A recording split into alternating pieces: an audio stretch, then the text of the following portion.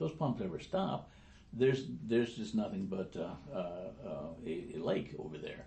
And it scared the dickens out of us when we realized how fragile that was. Fortunately, it held up. We had some good mechanics over there. I mean, these are things that had been there from 1915 practically that we're trying to deal with in 1982. Since then, there have been some improvements and all, but it was a very scary situation over there. And the national media began to do these things, and we're now up till midnight practically talking to the media and talking with all the crew. Well, Tuesday became a particularly big day. Now we're truly scared. Although we've got a lot of kids there, they're working, they're wearing out. I mean, we now have probably nearly 10,000 kids that have gone through over there, and they can work for a while, but not forever. And the river's still climbing. And late in the morning, I'm out on the dikes watching the kids out on Pemberton, helping coordinate. And one of my staff comes up to me and says, "Mayor, we've got some special news for you." I said, "What's that?" I said, "Well, President Reagan's going to come visit and help the kids." I said, "Sure he is, and he's bringing the Pope right with him. Now, would you tell those kids to go up on the hill down there?" They said, No, we're not kidding." And having lived through the Vernon Jordan shooting, where bringing in presents is no small thing, I have to draw people. I said, "Can we tell him we don't have time for him? I mean, we just, can he just fly over and wave or something?" And they said, "No, he's coming. He's out in Tulsa, Oklahoma or so, and he's seen our Children's Crusade, and he's coming back, and he's going to stop. And the White House staff is calling to verify visit times and things." So, well, okay, I mean, that's fine. I mean, it's wonderful to have him. I'm sure we can find a way to help things. And we talked for a little bit. So what can we most get from the president coming to visit? Well, there were two things. One is a burst of spirit, that the crowd would work out even harder, that we'd have more kids, that we'd have enough to stay ahead of the flood. And the second was, and we've been in office long enough to understand this, he might be able to bring money, and that he could perhaps get us some grants and things, because the fighting of it's just the beginning. The damage is incalculable as to how much of our infrastructure, our sewers, our roads, our dams, our pumps, all those types of things are going to need to be repaired. So, okay, well, let's work on that. And a couple hours later, they call and say, "Well, the president is going to come into Bear Field this afternoon." I said, "Okay. You should go out there." I said, "Well, yeah, I'm going to go out there and do this." So I go out. It's kind of a wet and windy afternoon by now, dark clouds and all. And I go to the Air National Guard, which is commanded by General Frank. I think his name was Hetlinger. We'll have to check that, but I think it was Hetlinger, who's a wonderful guy. We'd worked with on a number of projects in the past, and having a president of the United States of America come to his Air National Guard command in Little Fort Wayne was a very, very big deal. And so we got there, and there's a few minutes while we're waiting, and the president's going to fly in two things. First comes the plane with his car. There's an individual plane that delivers the car, and the car is a beauty. I mean, it's a long limousine, all kinds of things in it. I mean, it's made so that you can do anything. You can sleep in it if you want to. It's that big. And so the plane comes in, and it lands, and the president's come along not too long afterwards. And I and Frank are standing in the office, and the windows are kind of open, the doors are kind of open, and Frank is standing in the doorway, facing, talking to me. As I look past him, it was a windy day, and suddenly it became very windy. As I look past him, there's a tornado swirling behind him. Now, this is reported in here too, and I don't know what to say, and I said, Frank, turn around. And he turns around and he looks out at the tornado coming down, and he grabs the bars on the side and said, "Oh my God, there's a tornado coming down the airport."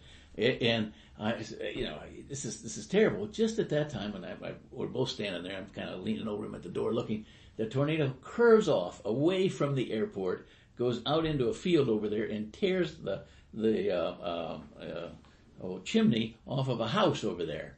And we were just sitting there, absolutely exhausted from the fear that we just about, he had a president that could have got caught up and could have been killed by a tornado in Fort Wayne while we're working on the floods. And oh my God, so Frank goes back and sits down at his desk, and we're sitting there, and finally he says, he says, Win, I think we need some buses. I said, oh yeah, we need some buses. And just at that time, we look out the window beside him, and there's this big window, and about 6 buses go roaring by. I mean, and I said, Frank, I think the Secret Service is a little ahead of us. Let's go out and meet the buses. So we went out and met the buses, and it wasn't too long after that Air Force One lands. And I should tell you a tidbit that I'm a touch proud of.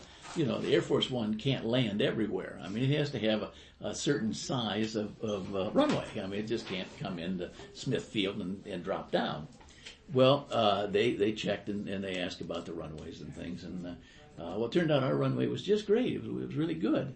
And I'll digress a little bit because in 1980, when I became mayor, it was a great depression. I mean, it was as bad as interest rates were at 19%. Nobody could build anything, and the world had kind of stopped.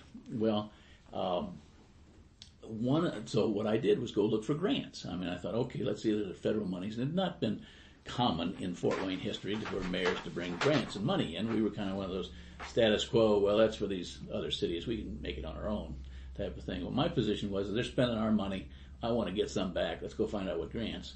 And in early 1980, my staff came in. I think it was Carl Vandemer, and people that were helping us run the airport. They said, we found a grant to build a runway. And I said, okay, what does that mean? He says, well, do you think we need a runway? I said, yeah, I think we need one. And he said, well, how big do you think that runway should be? I said, well, how much land you got? And they told us, and I said, well, I think that we ought to be the diversion airport for Midway or for LaGuardia. No, what the hell? O'Hare. I think we ought to be the diversion airport for O'Hare. And I said, let's find out how big we can do this. And with the help of then Jill Long, who was in Congress at that time, I think it was at that time, we put together this project that had the longest airport longest runway in Indiana. And by golly, we got it. And so in the middle of 1980 and 81, when there was no other construction at all, I had construction workers galore pouring cement for 6 months. It is the longest runway at that time in Indiana. It was absolutely beautiful. And we proved its value. Air Force One came to Fort Wayne, had no trouble landing there whatsoever. Since then, occasionally an airport manager is asking me, how the hell did we get an airport runway that looks like a highway out to Chicago? I said, I'll tell you the story someday. So anyway, he lands, and we're waiting kind of a crew down. They bring the steps out, and there are several of us down there. I said, well, Mayor, we'd like for you to come up and meet the president. So, and I've got a picture here. Well, that's the one I showed you behind you. So in I go, and it's a fascinating plane. Of course, being inside of Air Force One is a unique experience in one's life. And the joy of being mayor is the people you meet. I mean, these other things are high tension, but you get to meet really interesting people. So we went in. The president was seated at kind of a desk that they have there. And James Baker, who was the chief of staff at that time and would go on to become I think it was both the Secretary of Treasury and State or so. He was quite a fellow, was there. And the governor of Ohio, who turned out to be a friend of the president's. They picked him up on the way and flown him along. He was there too. But of course, the river, the St. Mary, started in Ohio, so there was a good connection. And we got acquainted and sat and talked and discussed the condition, how bad it was. I gave him kind of a briefing, and he listened very carefully. And do I have this anywhere? No, I don't. And behind you, right up above there, is the picture of the inside that we talked. And then I told him how bad it was, and gave him some ideas of things to think about. And then we came down out of it and came to that picture, which is out on the tarmac, of him standing there. And this is a most interesting picture. I want to identify some of these people.